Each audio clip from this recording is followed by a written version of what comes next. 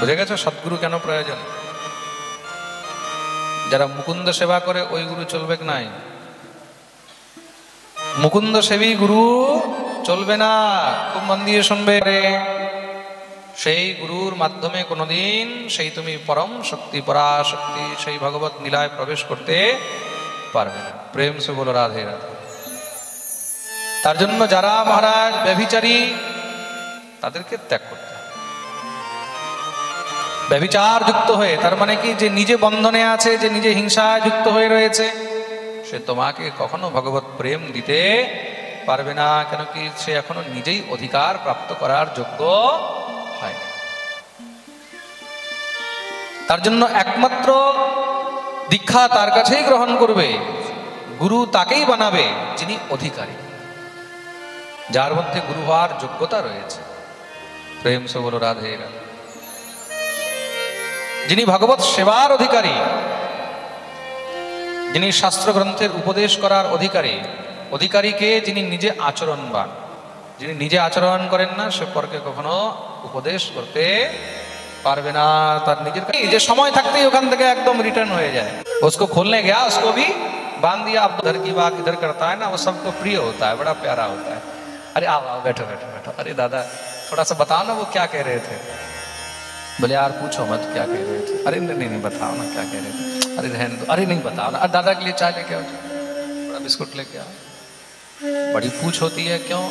बोले इनको पूछेंगे तब जाके वहां पहुंचते ही बोले अरे हम मालूम, अच्छा अच्छा कुछ कह रहे थे हमारे बारे में, बहुत कुछ कह रहे थे। अरे बैठो बैठो बैठो यार बैठो। अरे नहीं समय नहीं है। अरे यार बैठो थोड़ी देर के लिए। अरे थोड़ा लाओ चाय वाय लाओ।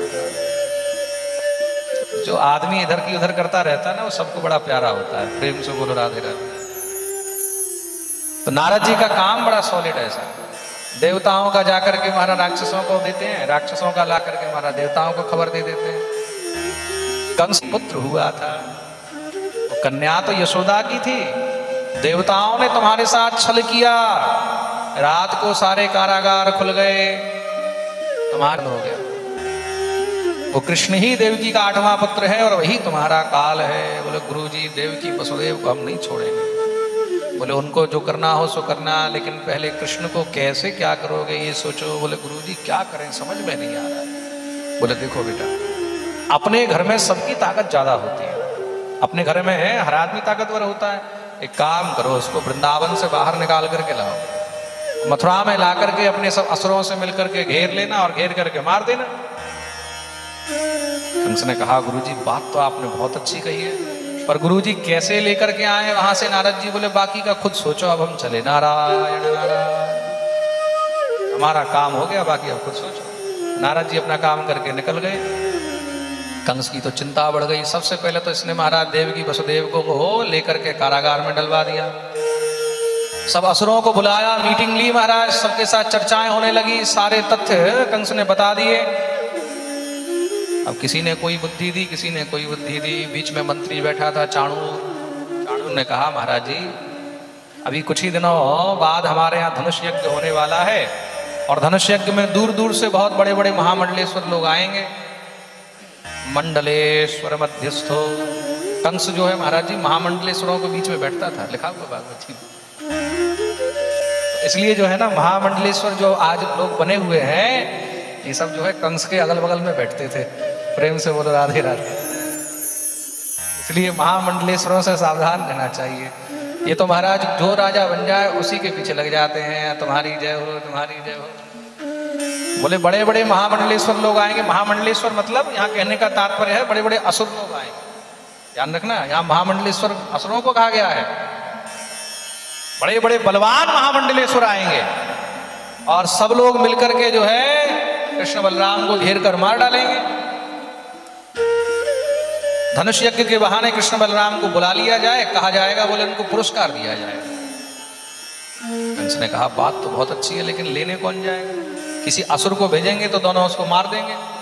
ऐसा आदमी भेजना पड़ेगा जिसके साथ आराम से ब्रजवासी भी भेज दे और दोनों आ जाएं। ऐसा कौन है? तो यदुवंशियों का और ग्वालों का बड़ा प्रेमी एक ही व्यक्ति है, नाम है अक्रूर जी महाराज।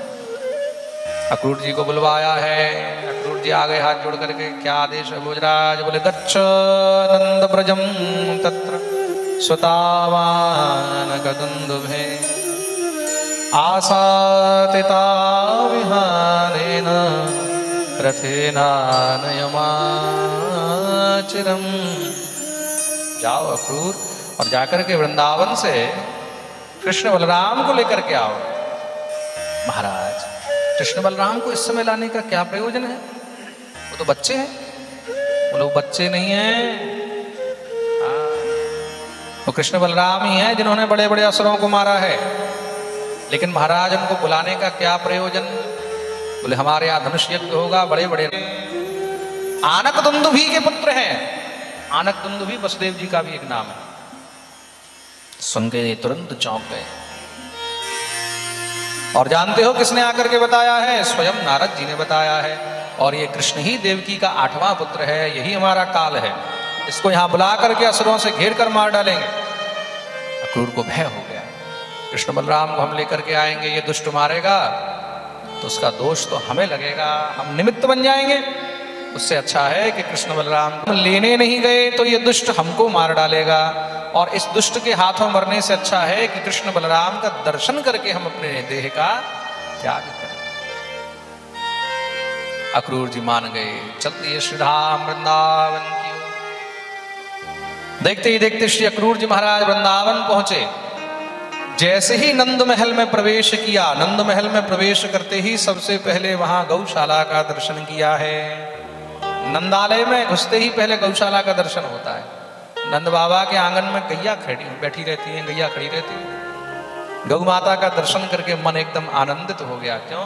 किसी यात्रा में गए, किसी काम से गए, और वहां अगर गौ माता का, गौ वंश का दर्शन हो जाए तो उसे परम पवित्र माना जाता है, बहुत मंगल माना जाता है। इसीलिए घर के गाय का दर्शन हुआ। पहले लोग घर के बाहर गाय रखते थे, घर से निकलते तो गाय का दर्शन होता था, तो सफर भी महाराज आनंद से निकलता था, यात्रा भी मंगलमय होती थी। आजकल गैया तो है नहीं, सब कुत्ते रखते हैं घर के दरवाजे, और जाते समय कुत्ते का दर्शन, आते समय कुत्ते का दर्शन। इसीलिए महाराज पूरे रास्ते में मिजाज खराब रहता है। प्रेम से बोलो, बोलो ना, आरो जोरे, आरो जोरे, सवाई दोनों हाथ ऊपर करे। जय जय श्री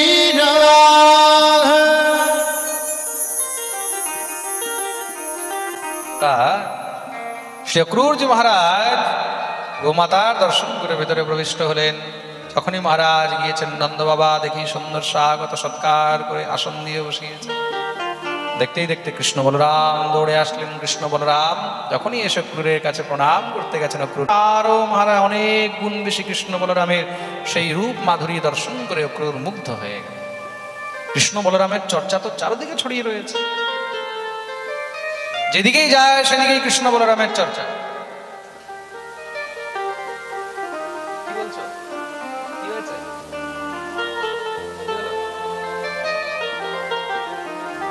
কৃষ্ণ বলরামের চর্চা চারদিকে ছড়িয়ে রয়েছে। আর এই সংসারে যার চর্চা চারদিকে ছড়িয়ে থাকে সবাই তাকে দেখার জন্য লালায়িত থাকে। কৃষ্ণ বলরামের দর্শনের জন্য সবাই লালায়িত হয়ে রয়েছে। অক্রূরও তার মধ্যে একজন মহারাজ দর্শনের পিপাসু। কৃষ্ণ বলরামকে বুকে জড়িয়ে ধরেছে। নন্দ বাবা জিজ্ঞাসা করলেন, কি ব্যাপার অক্রূর, আজ হঠাৎ করে তুমি এদিকে এসেছো, তার কারণ কি? অক্রূর বললেন, অনেকদিন হয়েছে তোমাদের সঙ্গে দেখা হয়নি তো, তাই ভাবলাম যে একটু দেখা করে যাই। নন্দ বাবা হাসতে লেগেছেন। রাজ কর্মচারী, রাজ সেবক অকারণে তো কোথাও যায় না। কার ঘরে পুলিশ এসেছে, ইনকাম ট্যাক্স ডিপার্টমেন্ট থেকে এসেছে, কোনো মিউনিসিপ্যালিটি থেকে এসেছে, কোনো মহারাজ সরকারি অফিসার এসেছে, তার মানে অকারণে আসেনি, নিশ্চয়ই কিছু না কিছু কারণ নিয়ে এসেছে। তুমি রাজ সেবক, রাজার সেবক অকারণে তো আসবে না, তার মানে নিশ্চয়ই কিছু খবর নিয়ে এসেছো। অক্রূর বলছেন, ঠিক বুঝেছো নন্দরায়, ভোজরাজ কংস নিমন্ত্রণ পাঠিয়েছে। ও আচ্ছা আচ্ছা আচ্ছা, কিসের নিমন্ত্রণ? ধনুষ যজ্ঞের মধ্যে। আচ্ছা তাই নাকি, খুব ভালো খবর, কিন্তু নিমন্ত্রণ নন্দরায় তোমার জন্য নয়, তাহলে নিমন্ত্রণ কৃষ্ণ বলরামের জন্য। কি বলছো? আমি থাকতে কৃষ্ণ বলরামকে নিমন্ত্রণ? বলে আজ্ঞে হ্যাঁ। ভোজরাজ কংস সংকল্প করেছেন কৃষ্ণ বলরামকে সবার সামনে পুরস্কৃত করা হবে। মা যশোমতী শুনে সঙ্গে সঙ্গে একদম মহারাজ উঠে দাঁড়িয়েছেন, না না, মূর্ছিত হয়ে ভগবান সঙ্গে সঙ্গে জল আনয়ন করে মাকে সচেত করতেই গোবিন্দকে বুকে জড়িয়ে ধরে কাঁদতে লেগেছেন। মা, কানাই দেখ দেখ কি বলছে তোর কাকা, আমি নাকি তোর মা নই? ভগবান বলছেন, না না মা, কাকা জানে না, কিন্তু যখন চর্চা ছড়িয়েছে, যখন প্রবাদ ছড়িয়েছে, তাহলে আমাকে নিশ্চয়ই যাওয়া উচিত। চারদিকে যখন চর্চা ছড়িয়েছে, দেবর্ষি নারদ এসে বলেছেন, তাহলে নিশ্চয়ই আমাকে যাওয়া উচিত। কথার মধ্যে কতটা সত্যতা রয়েছে সেটা আমাকেও জানা উচিত। আর দেখো মা, 2 দিনেরই তো কথা, আজকে মন্থন করতে এসেছে, কালকে আমরা বেরোবো, পরশুদিন ধনুষযজ্ঞ, তারপরে তো ফিরে চলে আসবে। ভগবান বুঝিয়েছেন। এদিকে সব রাখাল বালকরা যখন জানতে পেরেছে, দৌড়ে এসে উপস্থিত সবাই মিলে বলছেন, তাহলে আমরাও যাব। অক্রূর বললেন, ঠিক আছে, তাহলে তোমরাও তৈরি হয়ে যাও। রাখাল বালকরা সব নিজের নিজের গরুর গাড়ি ইত্যাদি সাজানো আরম্ভ করেছেন। সকাল হলো, যমুনা স্নান করে বাল্যভোগ ইত্যাদি করে কৃষ্ণ বলরামকে রথে নিয়ে বসিয়েছেন অক্রূরজি মহারাজ। নন্দ যশোদা থেকে বিদায় নিয়ে রথ নিয়ে চলছেন। এদিকে নন্দরায় ব্রজবাসীদেরকে নিয়ে তৈরি হচ্ছেন, তারাও পিছনে পিছনে আসবেন। যখনই রথ নিয়ে এগিয়েছেন, সামনে এগোতেই সেখানে দেখছেন সমস্ত সব গোপীগণ ভূমিষ্ঠ হয়ে পড়ে রয়েছে রাস্তায়। অক্রূর হাত জোড় করে বললেন, দেবী আপনারা সরুন, না হলে আমরা যাও কি করে? গোপীগণ বলছেন, অক্রূর, তোমার নাম অক্রূরকে রেখেছে, তোমার নাম তো ক্রূর রাখা উচিত। যেই গোবিন্দকে ছেড়ে আমরা এক মুহূর্ত পর্যন্ত থাকতে পারি না, এক ঘড়ি, আর্ধেক ঘড়ি পর্যন্ত আমরা থাকতে পারি না, সেই গোবিন্দকে তুমি আমাদের থেকে দূরে নিয়ে যাচ্ছ। কৃষ্ণ বিরহে আমাদের প্রাণ বেরিয়ে যায়, তার থেকে ভালো তুমি রথ আমাদের বুকের উপর দিয়ে চালিয়ে নিয়ে যাও, তাতে যেন তার দর্শন করতে করতে আমাদের প্রাণ। অক্রূর একদম নিঃশব্দ হয়ে গেল। কৃষ্ণের প্রতি ব্রজবাসীদের এই প্রেম দেখে অক্রূর নিরুত্তর হয়ে গেলেন। গোবিন্দের দিকে তাকিয়েছেন ভগবান, রথ থেকে নিচে নেমে সমস্ত গোপীদেরকে উঠিয়ে সবাইকে সান্ত্বনা দিলেন। ভগবান বুঝিয়েছেন, দেখো 2 দিনেরই কথা, আজকে যাচ্ছি, কালকে ধনুষযজ্ঞ, পরশুদিন ফিরে চলে আসবে। ভগবান বুঝিয়ে রথে উঠে বসলেন, চলছেন। অক্রূরের মনে ভয় হচ্ছে। কিসের ভয়? এত সুন্দর সুকোমল 2টি বালক, এই 2টি বাচ্চাকে কংস মেরে দেবে, আর দায়ী আমি। ভগবান দেখলেন, যদি মনের মধ্যে ভয় থাকে তাহলে আমার প্রতি বিশ্বাস হবে না। যেখানে ভয় হয় সেখানে বিশ্বাস হয় না।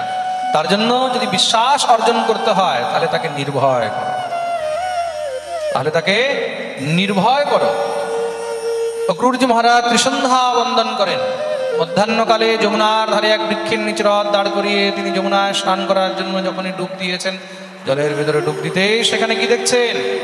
সহস্র শিরসম দেবম সহস্র ফণমৌলিনম নীলাম্বরম বিশ্বশ্বেতম শৃঙ্গে শ্বেতমিব স্থিতম।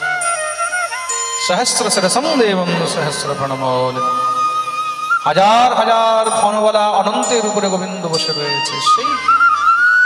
এই তো আমি রথে বসে আসলাম, আর এখনই দেখছি জলের ভিতরে। আবার বেরিয়ে দেখলেন সে তো রথেই বসে আছে। আবার জলের মধ্যে ডুব দিয়ে দেখছেন জলের মধ্যে বসে আছে। অক্রূর দৌড়ে এসে গোবিন্দের চরণে পড়ে কাঁদতে লাগলেন। ভগবান বললেন, কাকা কি হয়েছে, ভয় লাগছে? বলে না, আর ভয় লাগছে না। কেন? এখন ভয় মুক্ত হয়ে আমি বুঝে গেছি আমার সঙ্গে আমি বাচ্চা নয়, কংসের কাল নিয়ে যাচ্ছি। ভয় কেটেছে, বিশ্বাস বেড়ে গেছে। প্রেম সে বলো রাধে রাধে। কৃষ্ণ বলরামকে নিয়ে গিয়ে মথুরায় উপস্থিত হলেন। এদিকে সব রাখাল বালকরাও মহারাজ ব্রজবাসীরাও এসে উপস্থিত হয়েছে। রাত্রিবেলায় সবাই বিশ্রাম করলেন। যে জায়গায় বিশ্রাম করা হয়েছে তার নাম হলো বিশ্রাম ঘাট। সকাল হয়েছে, ভগবান রাখাল বালকদেরকে নিয়ে যমুনায় স্নান করে সব মথুরা ঘুরতে বেরিয়েছে। ভগবান যখন মথুরা ঘুরতে বেরিয়েছেন, মথুরাবাসীরা খবর পেয়ে সব নিজের নিজের কাজ কর্ম সব পরিত্যাগ করে দিয়ে একদম নিজের নিজের দুয়ারে এসে বসে আছে। নারীগণ ঘরের ছাদের উপরে দাঁড়িয়ে আছে, চারদিকে ভিড় লেগে আছে কৃষ্ণ বলরাম। সেই কি ভিড়! ভিড় দেখে রাখাল বালকদের মনে সংকোচ হয়ে গেছে। কানাই দেখ না সবাই কেমন আমাদের দিকেই তাকিয়ে রয়েছে, মনে হয় দেখতে না খুব খারাপ লাগছে। আমরা ব্রজের গোয়ালা, গোচারণ করি, গরু চড়াই, ভালো কাপড় চোপড় নেই আমাদের কাছে, তাই বোধহয় সবাই আমাদের দিকে তাকাচ্ছে। আমরাও যখন ধুতি পরে চলি আমাদের দিকে অনেকে তাকায়, আমাদের দিকে অনেক একদম চমকে তাকায়। এয়ারপোর্টের মধ্যে আসছি ধুতি পরে, অনেক করে তাকাচ্ছে, মনে হচ্ছে কোনো চিড়িয়াখানা থেকে এসছে বোধ হয়। প্রেম সে বলো রাধে রাধে বলো না, আরো জোরে, আরো জোরে, আরো জোরে, জয় জয় শ্রী রাধে। ভগবান বললেন তাহলে এখন কি করা যায়? বলে শুনেছি ভোজরাজ কংস তোর মামা। ভগবান বললেন আমিও কিছু এরকমই শুনেছি, তোর মামার বাড়িতে এসেছি, মামার বাড়িতে তো ভাগ্নের খুব আবদার হয়, দেখ না আমাদের জন্য কিছু যদি বস্ত্র টস্ত্রের ব্যবস্থা হয়। ভগবান বললেন ঠিক আছে চলো। সবাইকে নিয়ে চলতে চলতে সামনে ধোবি ঘাটে গিয়ে উপস্থিত হয়েছেন। ধোবি ঘাটের মধ্যে গিয়ে দেখছেন খুব সুন্দর সুন্দর বস্ত্র সেখানে ছড়ানো রয়েছে। ভগবান কি করলেন, তাদের মধ্যে যে মুখ্য মেন ধোবি তার কাছে গিয়ে উপস্থিত হয়েছেন। ভগবান তার কাছে গিয়ে প্রণাম করে যাচনা করলেন, মামাজি প্রণাম। মামাজি প্রণাম বলতে চমকে তাকিয়েছে, এবার ভাগনা কোথার থেকে আসলো? কোন হতো, কে তুমি? ভগবান বললেন আমি নন্দনন্দন কৃষ্ণ, কেউ কেউ বসুদেব নন্দনও বলে। ও আচ্ছা, তুমি সেই, অনেক শুনেছি তোমার নাম, কি চাও? আমরা মথুরা ঘুরতে এসেছি, ভোজরাজ কংস আমাদের মামা হন, কৃপা করে আমাদেরকে যদি কিছু বস্ত্র ধার দেন, আমরা মেলা ঘুরে যাওয়ার সময় আপনাকে দিয়ে যাবো, আপনি মামাজিকে বলে দিন। আচ্ছা, তোমাদের এত দুঃসাহস, গ্রামের গোয়ালা আর এই রাজবস্ত্রগুলো পরার আর মনের মধ্যে চাহিদা রাখো, অত দুঃসাহস তোমাদের, বেরো এখান থেকে। ভগবান বললেন আমরা তোমাকে হাত জোড় করে প্রার্থনা করছি আর তুমি আমাদেরকে তিরস্কার করছো। সয়াচতু ভগবতা পরিপূর্ণেন সর্বতঃ। কৃষ্ণ লীলায় ভগবান এখনো পর্যন্ত কোথাও চায়নি, যা মন হয়েছে নিয়ে নিয়েছে। প্রথমবার ভগবান চেয়েছেন সয়াচতু ভগবতা পরিপূর্ণেন সর্বতঃ। পরিপূর্ণ ভগবান আজকে চাইছেন। ভগবান যদি চায় হাজার হাজার বস্ত্র সেখানে প্রকট করে দিতে পারেন, কিন্তু মনুষ্য লীলা ভগবান চাইছেন। ভগবান বললেন আপনি রাগারাগি করছেন কেন, কৃপা করে কিছু বস্ত্র যদি দিয়ে দেন আপনার খুব কৃপা হয়। আচ্ছা, বস্ত্র তোমাদের মতন গোয়ালাদের জন্য, পালা নালে এক্ষুনি দেখাচ্ছি তোমাদেরকে। বলে যখনই মুগুর উঠিয়েছে, মুগুর উঠাতেই তো ভগবান একদম কুপিত হয়ে গেলেন। দেখতে দেখতে ভগবান মেরেছেন গালের মধ্যে সটাক করে এক থাপ্পড়, মারতে সেখানেই রজকস্য করাগ্রেণ শিরঃ কায়াদ পাতে, মাথা একদম শরীর থেকে আলাদা, সেখানেই তার গোবিন্দায় নমো ধার করে দিলেন রজকে। রজক মানে ধোবি, बाकी যত ধোবি ছিল সব পালাতে লেগেছে। रे भागो भागो भागो, ये वही नंद का छोरा है जिसने बड़े बड़े असुरों का सर फोड़ा है। সব পালাতে লেগেছে। ভগবান বললেন ভাই যাকে যেটা পছন্দ হয় কাপড় নাও আর পরে নাও। রাখাল বালকরা সব নিজের নিজের পছন্দ মতন কাপড় নিয়েছে। এখন কাপড় হলো বড় বড় মহারাজ অসুরদের, এটা পাতলা পাতলা শুকা শুকা গোয়ালা। এক একটা পায়জামার মধ্যে দুজন করে ঢুকে যায়, এক একটা পাঞ্জাবির মধ্যে দুজন তিনজন করে ঢুকে যায়। এমন অবস্থা হয়েছে মহারাজ, যেমন তেমন করে বেঁধে টেঁধে কাপড়গুলোকে পরেছে। পরে টরে চলতে চলতে সবাই বলছে কানাই এখন মনে হয় আগের থেকে বোধহয় আরো বেশি খারাপ লাগছে। ভগবান বললেন তোমরা বললে কাপড়, তা কাপড়ের ব্যবস্থা করিয়ে দিলাম। দেখ না কানাই একটু যদি কিছু ফিটিং টিটিং হয়ে যায়। ভগবান বলেন আচ্ছা চলো ঠিক আছে ভাই। ভক্তের বাঞ্ছা পূর্ণ করেন শ্রীনন্দেরও নন্দন। ভগবান চলতে চলতে এক দর্জির কাছে পৌঁছে গেলেন, দর্জির উপরে কৃপা করলেন। খুব সুন্দর করে দর্জি বস্ত্র ইত্যাদি একদম মাপ মতন ঠিকঠাক করে সবাইকে প্রদান করেছেন। সবাই এবার চলতে চলতে বলছে কানাই খুব ভালো লাগছে, কিন্তু গলায় যদি একটু মালা হতো তাহলে একটু দেখতে ভালো লাগতো, গলাটা কেমন যেন একটু খালি খালি লাগছে। ভগবান বলেন আচ্ছা চলো দেখো। চলতে চলতে সুদামা মালির ঘরে গিয়ে ভগবান উপস্থিত হয়েছে। এ হলো সুদামা মালি। সুদামা দুইজন, আরেকজন হলেন সুদামা ব্রাহ্মণ, তার কথা কালকের পাঠে আসবে। এই সুদামা মালি যখন থেকে কৃষ্ণের বিষয়ে শুনেছে তখন থেকে মনে শুধু একটি অভিলাষা, যদি কোনোদিন নিজে আসতে আমি গোবিন্দকে মালা পরাতে পারতাম। আজ ভগবান মনে হয় তার ইচ্ছা পূর্ণ করার জন্য তার উপরে কৃপা। সুদামা গোবিন্দকে সুন্দর মাল্য অর্পণ করেছে, রাখাল বালকদেরকে অর্পণ করলো। প্রভু আজকে এখানে বিশ্রাম করুন, আমার জীবন ধন্য হয়ে গেল আপনাকে পেয়ে। ভগবান তার কাছে থেকে চন্দনের দিব্য সুগন্ধ আসছে। কেমন চন্দন? মলয়োদ্ধর চন্দন, মলয়াগিরির চন্দন। ভগবান দৌড়ে তার কাছে গেছেন। ও সুন্দরী, সুন্দরী বলতেই তো একদম খচে গেছে। 3 জায়গা থেকে টেড়ে তাকে যদি কেউ সুন্দরী বলে, তার মানে কি? তার প্রশংসা হচ্ছে না তার উপহাস হচ্ছে? খুব যায় এমন মহারাজ রেগে গেছে, ভাবছে কি কি না বলবে। বলে যখনই গোবিন্দের দিকে তাকিয়েছে, গোবিন্দের সেই মহারাজ হাসি দেখে সব ভুলে গেছে। ভগবানের হাসি কি? ঠাকুরের হাসি হলো মায়া, প্রেম সে বলো রাধে রাধে। হে শ্যাম সুন্দর, সমস্ত জগৎ আমাকে কুবড়ি বলে, কুবজা বলে, আর তুমি আমাকে সুন্দরী বলে উপহাস করছো। ভগবান বললেন দেখো, জগতের জীব উপরের সৌন্দর্যতা দেখে, আর আমি অন্তরের সৌন্দর্যতা। তোমার অন্তর খুবই সুন্দর। আর দেখো, তুমিও টেড়ি, আমিও টেড়া। এক টেড়া টেড়িকে সুন্দরী বলেছে, তার মধ্যে আর গজব কি? আমিও তো টেড়া, ভগবানও তো টেড়া।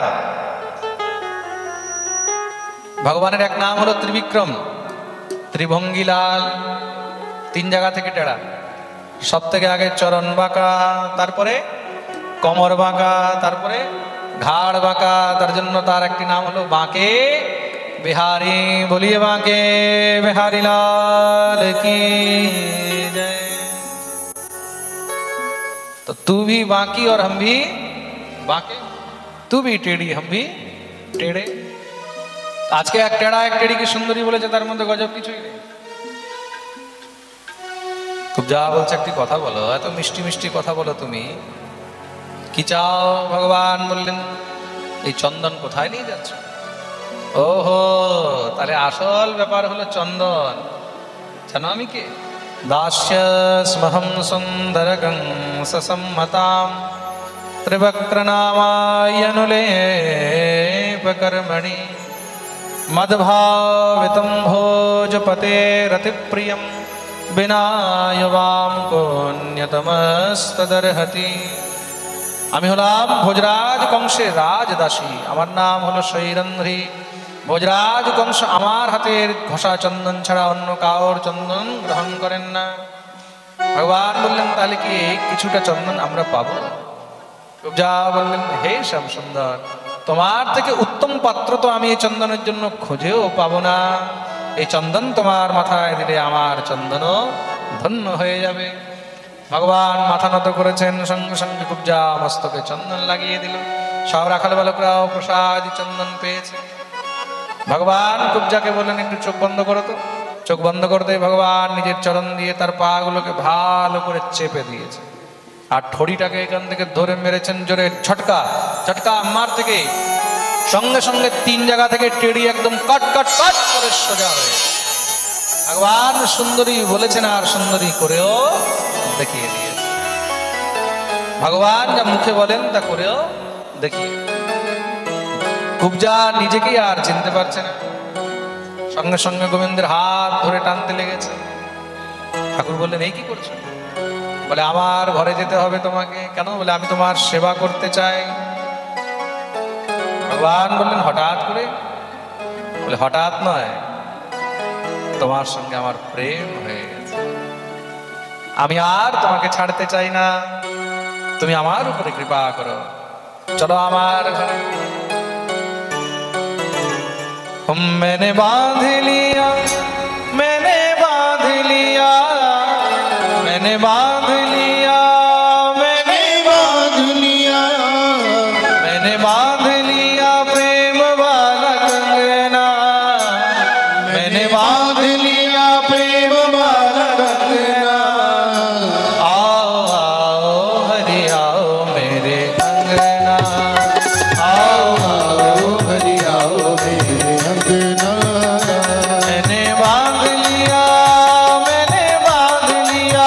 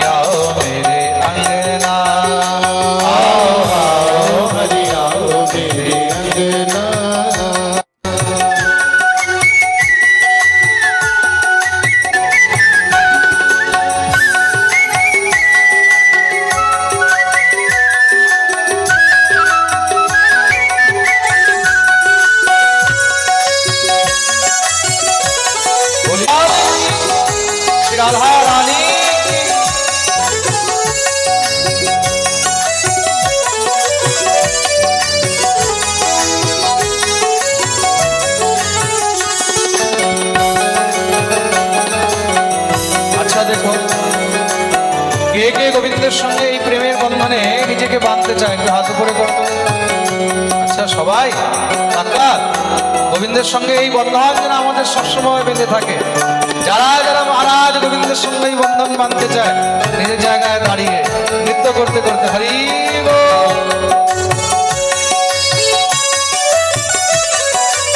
बाके बिहारी लाल की कुब्जा के प्यारे की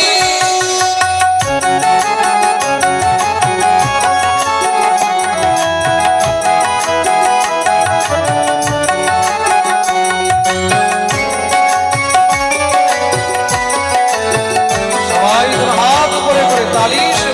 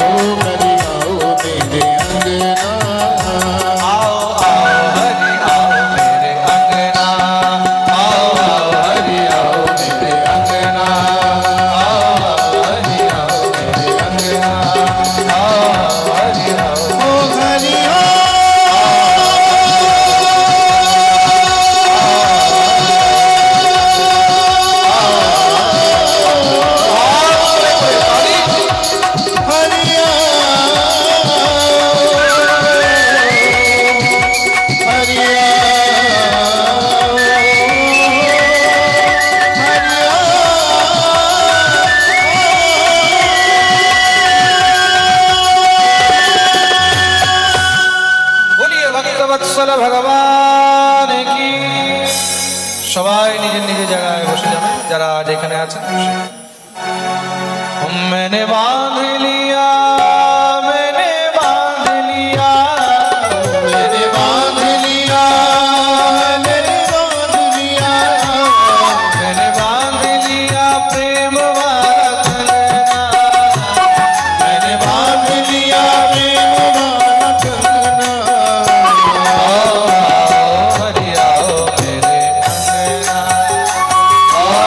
ঘোরাতে ঘোরাতে আকাশের মধ্যে ছুড়ে মারলেন, মাটিতে পড়তেই হাতির সঙ্গে মহাবতীর গোবিন্দায় নমো নমঃ। Buy one get one free. প্রেম সে বলো রাধে রাধে। এই হাতি কংসকে তার শ্বশুর মশাই গিফটে দিয়েছিল বিয়েতে। এটা জরাসন্ধের হাতি ছিল। যখন মেয়ে বিয়ে দিয়েছে না, জরাসন্ধের 2 মেয়ে অস্থি আর প্রাপ্তি, 2 মেয়ে বিয়ে দেওয়ার সময় অনেক কিছু দিয়েছে, তো সঙ্গে হাতিটাও গিফট করেছে। প্রেম সে বলো রাধে রাধে। চাইলো, চাওয়া মানেই ছেলে নিজেকে বিক্রি করে দিল। সেখানেই কিন্তু সেই ছেলে নিজেকে বিক্রি করে দিল, বিক্রয় হয়ে গেল। প্রেম সে বলো রাধে রাধে। আর ছেলে যখন বিবাহ করতে যায়, প্রাচীন যুগের পরম্পরা, যখন বিবাহ করতে যায় তখন বিয়ে করতে যাওয়ার সময় কি বলে মাকে? বলে আমি তোমার জন্য দাসী আনতে যাচ্ছি। কি তাই তো বলা হয় না? আমি দাসী আনতে যাচ্ছি তোমার জন্য, যে তোমার সেবা করবে। আর যখন ছেলে বা ছেলে ঘরের লোক ছেলেকে বিক্রি করে দেয়, তখন সেই ছেলে নিজেই শ্বশুরবাড়ির দাস হয়ে যায়। তার জন্য যেখানে ডিমান্ড হয়, যেখানে চাই হয়, সেখানে কোনো সময় কন্যা বিবাহ দিতেই নেই। প্রেম সে বলো রাধে রাধে। সেটা বিক্রয় হয়ে গেল। কি হয়ে গেল? বিক্রয় হয়ে গেল। পিতার, কন্যার পিতা নিজের স্বেচ্ছায়, নিজের আনন্দে নিজের কন্যাকে যা দেয় সেটাকেই সবসময় গ্রহণ করা উচিত। প্রেম সে বলো রাধে রাধে। ভগবান কুবলেয়াপীরের উদ্ধার করে তার 2টি দাঁত 2 ভাই ভেঙে কাঁধে নিয়ে মহারাজ রঙ্গমঞ্চে প্রবিষ্ট হয়েছেন। যখনই রঙ্গমঞ্চে প্রবিষ্ট হয়েছেন, ভগবানকে দেখেই তো কংসরা অসুররা দেখে একদম মহারাজ চমকে গেছে। এত আমাদের সৈন্য সিপাহী থাকতে, কুবলেয়াপীর হাতি থাকতে, এগুলো ভিতরে ঢুকে গেল আর হাতির দাঁত নিয়ে কাঁধে। হাতি যে মেরেছে ভগবান তার প্রমাণ সঙ্গে নিয়ে এসেছে দাঁতগুলোকে তুলে। প্রেম সে বলো রাধে রাধে। দেখেই তো সব কাঁপতে লেগেছে, কিন্তু সবাই কাঁপছে না। সেখানে রঙ্গমঞ্চের মধ্যে সব মহারাজ যদুবংশীরাও বসে আছে, গোয়ালারাও বসে আছে, বিষ্ণুবংশীরাও বসে আছে, ঋষি মুনিরাও বসে রয়েছে, সেখানে অসুররাও বসে রয়েছে, স্ত্রীগণও বসে রয়েছে। সবাই নিজের নিজের ভাবে ভগবানকে দেখছেন। মল্লানাম শনির্ননাম নিরবরহ স্ত্রীণাম স্মরো মূর্তিমান গোপানাম স্বজনো সতাম ক্ষিতিভুজাম শাস্তা স্বপিত্রো শিশু মৃত্যুর্ভোজপতের বিরাট বিদুষাম তত্ত্বম পরম যোগিনাম বৃষ্ণীনাম পরদেবতেতি বিদিতো রঙ্গম গতঃ সাগ্রজ। বড় বড় পালোয়ানরা দেখছে, আমাদের সামনে পালোয়ান দাঁড়িয়ে আছে। মল্লানাম শনির্ননাম নরবরহ স্ত্রীণাম স্মরো মূর্তিমান। স্ত্রীগণ দেখছেন যে সামনে সাক্ষাৎ পরম পুরুষ দাঁড়িয়ে রয়েছে। গোপারা আর যদুবংশীরা কি দেখছে? তো আমাদের আপনজন দাঁড়িয়ে আছে, শাস্তা সুপেত্র শিশু। আর ভোজরাজ কংস কি দেখছেন? মৃত্যুর ভোজপতের বিরাট বিদুষাম। ভোজরাজ কংস দেখছেন সামনে আমার মৃত্যু দাঁড়িয়ে রয়েছে। তত্ত্বম পরম যোগিনাম। যোগীগণ দেখছেন পরম তত্ত্ব দাঁড়িয়ে রয়েছে। যার যেমন ভাবনা সে সেই অনুসারে ভগবানকে জাকি রহি ভাবনা জয় हो जागी रही भावना जैसी प्रभु मूरत देखी तिन ऐसी। प्रभु मूरत देखी दिन तैसी। श्री राम जय राम जय जय राम।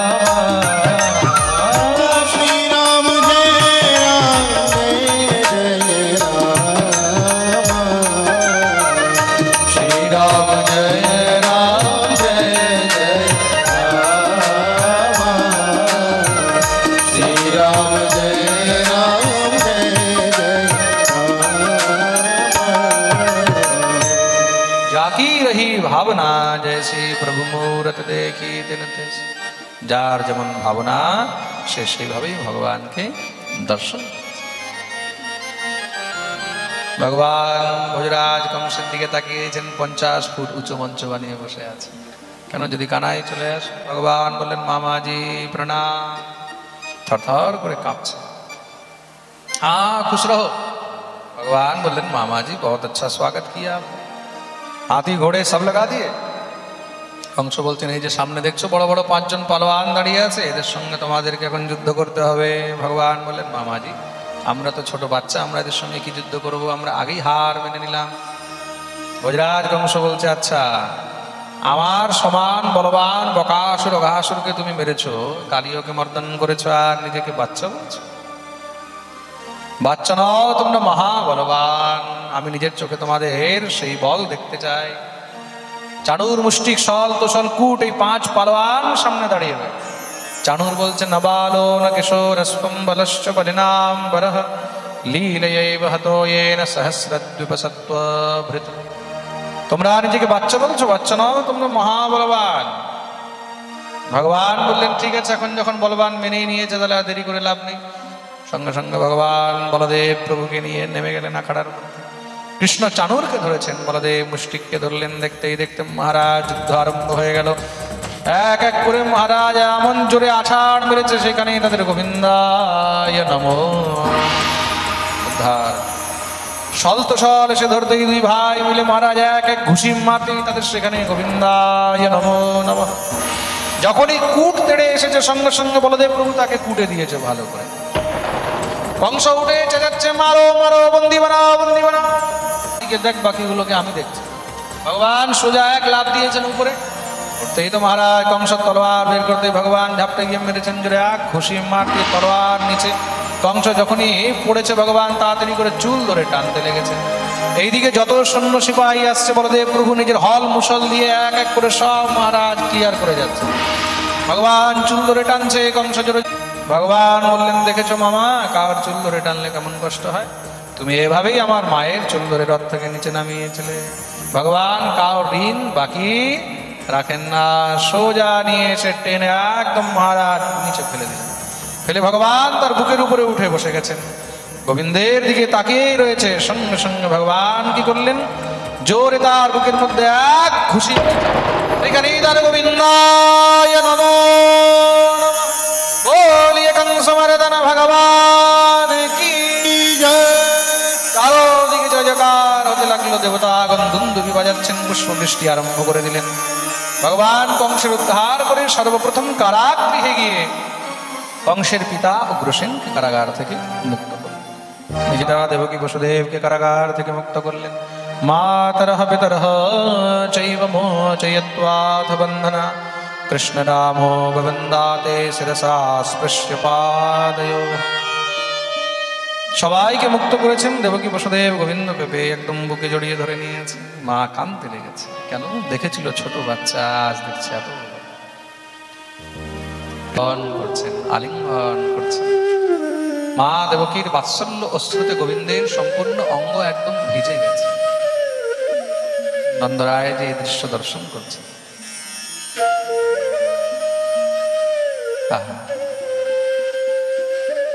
দেবকীর কষ্টের কোনো বর্ণনা করে। সন্তানকে জন্ম দিয়ে যে সন্তানের মুখ দেখতে পায় সে হলো দেবকী।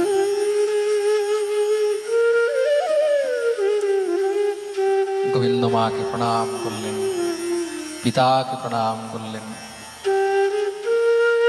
কংসের অন্তিম সংস্কার করা হলো। যদ্যপি সবাই চায় যেন কৃষ্ণই রাজা হোক, কিন্তু ভগবান নিজে না রাজা হয়ে উগ্রসেনকে রাজবুদ্ধিতে বসালেন। তবুও সবাই গোবিন্দকেই রাজা মানতেন। তার জন্যই ভগবানের এক নাম হলো মথুরাধীশ। বলিয়ে মথুরাধীশ ভগবান কি, তাই নাম হলো মথুরাধীশ। নন্দরায়জি বলছেন কানাই এখন তো চলো বৃন্দাবন। ভগবান বললেন বাবা এখন যাওয়া যাবে না। কেন? মামার শ্বশুর মশাই বহুত অত্যাচারী। তিনি যখন শুনবে জামাতার মৃত্যুর খবর সঙ্গে সঙ্গে এখানে এসে আক্রমণ করে দেবে। আমাকে না পেলে মথুরাবাসীদেরকে জ্বালিয়ে পুড়িয়ে ছাই করে। তাদের রক্ষার জন্য আমাকে থাকতে হবে। কিন্তু কানাই দেবকী বসুদেবকে পেয়ে আমাদেরকে ভুলে যাবে না তো? ভগবান বললেন, না না বাবা, কি বলছো, আমি অতি শীঘ্রই বৃন্দাবনে আসবো।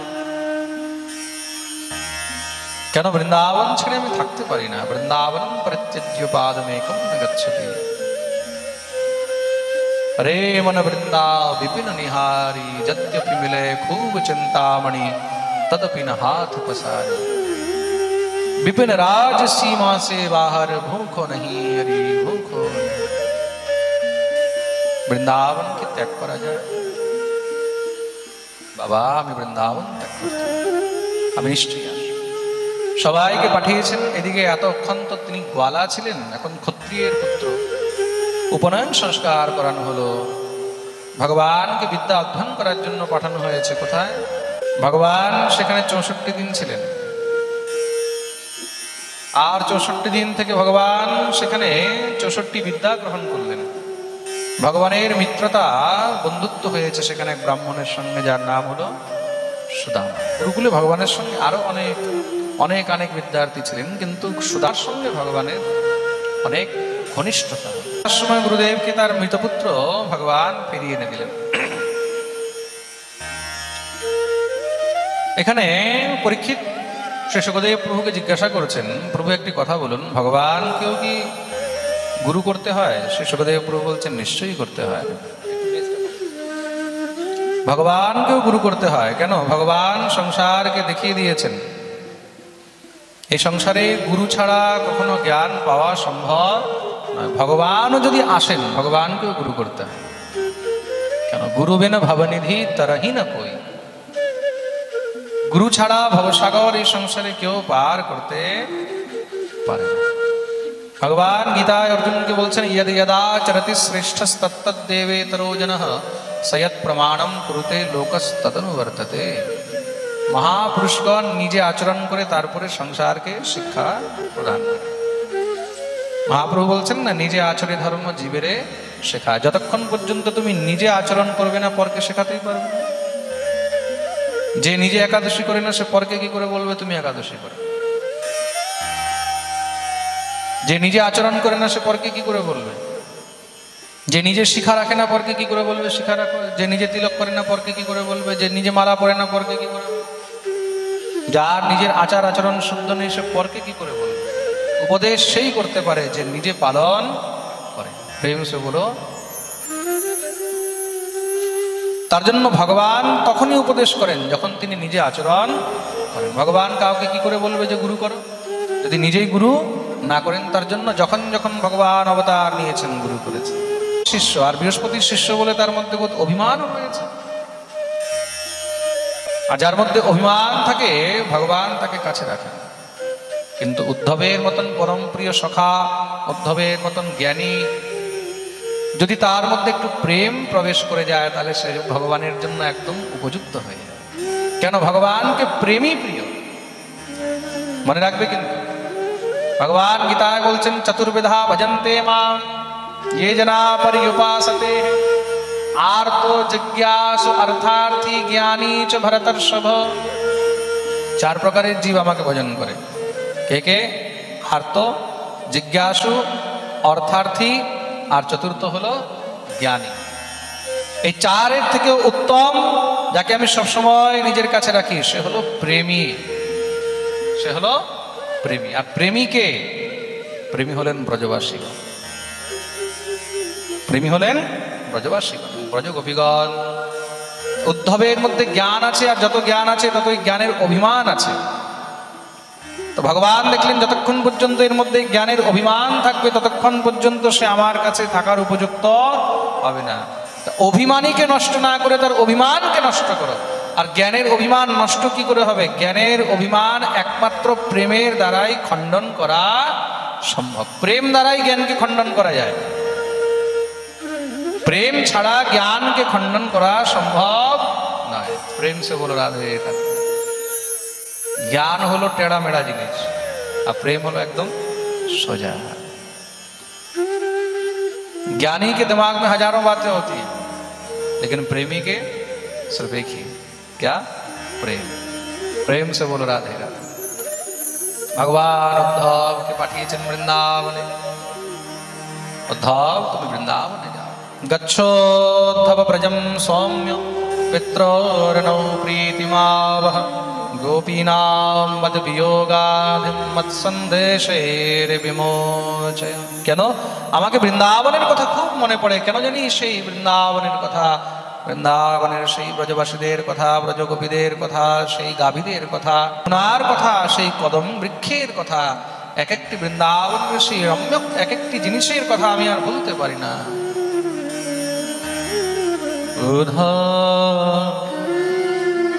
मोहि ब्रज बिसरत ना, उधो मोहि ब्रज बिसरत ना, मोहि ब्रज बिसरत ना, मोहि ब्रज बिसरत